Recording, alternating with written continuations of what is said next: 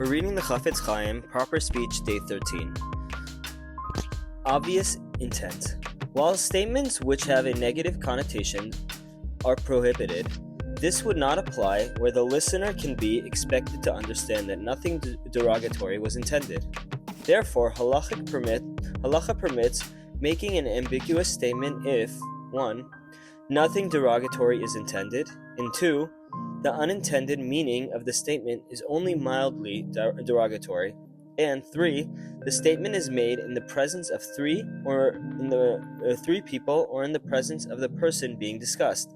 As an illustration, the early commentators offered the statement, "In that house, something is always cooking on the stove." This could mean that this family's door is always open to guests, or it can mean that the family is overindulgent. If the statement were to be made in the presence of three, one can safely assume that it would eventually become known to the family of whom it was being said. Such being the case, the listeners would assume that the speaker intended it as a compliment.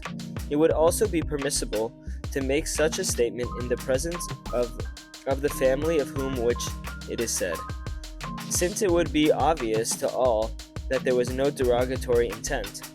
Awakening the accuser. Sifra states that Hashem, as it were, does not want to associate with gossipers and rescue them from trouble. Zohar states that Rebbe Shimon said, "Of everything is the Holy One, blessed is he, forgiving, except for Lashon Hara." The reason for this is pretty clear. When a Jew speaks Lashon Hara, he causes accusation in heaven towards the Jewish people. In the words of the Zohar, this sin brings plague, sword, and murder to this world. Woe to those who awaken this evil force, who do not guard their tongues and pay no heed to this. They do not realize that the ways of heaven are reflective of the ways in this world, both for good and for bad. Through evil talk, Satan is aroused to voice accusations against the entire world. A father's great love for his children can impel him to make allowances for the children's bad behavior. When a father is forced to rebuke his child, he does it lovingly, with abundant compassion.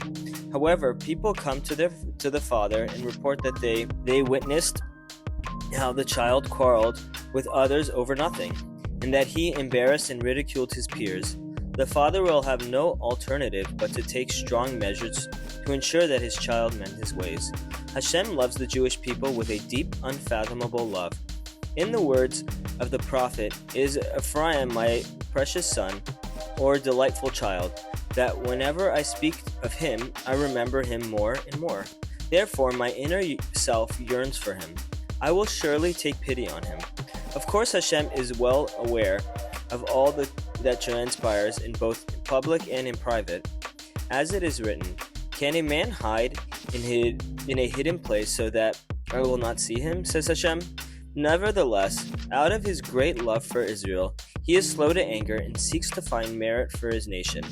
As it is written, "He gazes at no inquiry in Yaakov." In his infinite wisdom, Hashem has decreed that his judgment of man reflect the intercessions and accusations of the heavenly angels. When the accuser comes before him to relate the sins of his people, then he feels compelled, as it were, to respond. And it is those who speak Lashon Hara who cause the accuser to speak against the Jewish people. Thank you.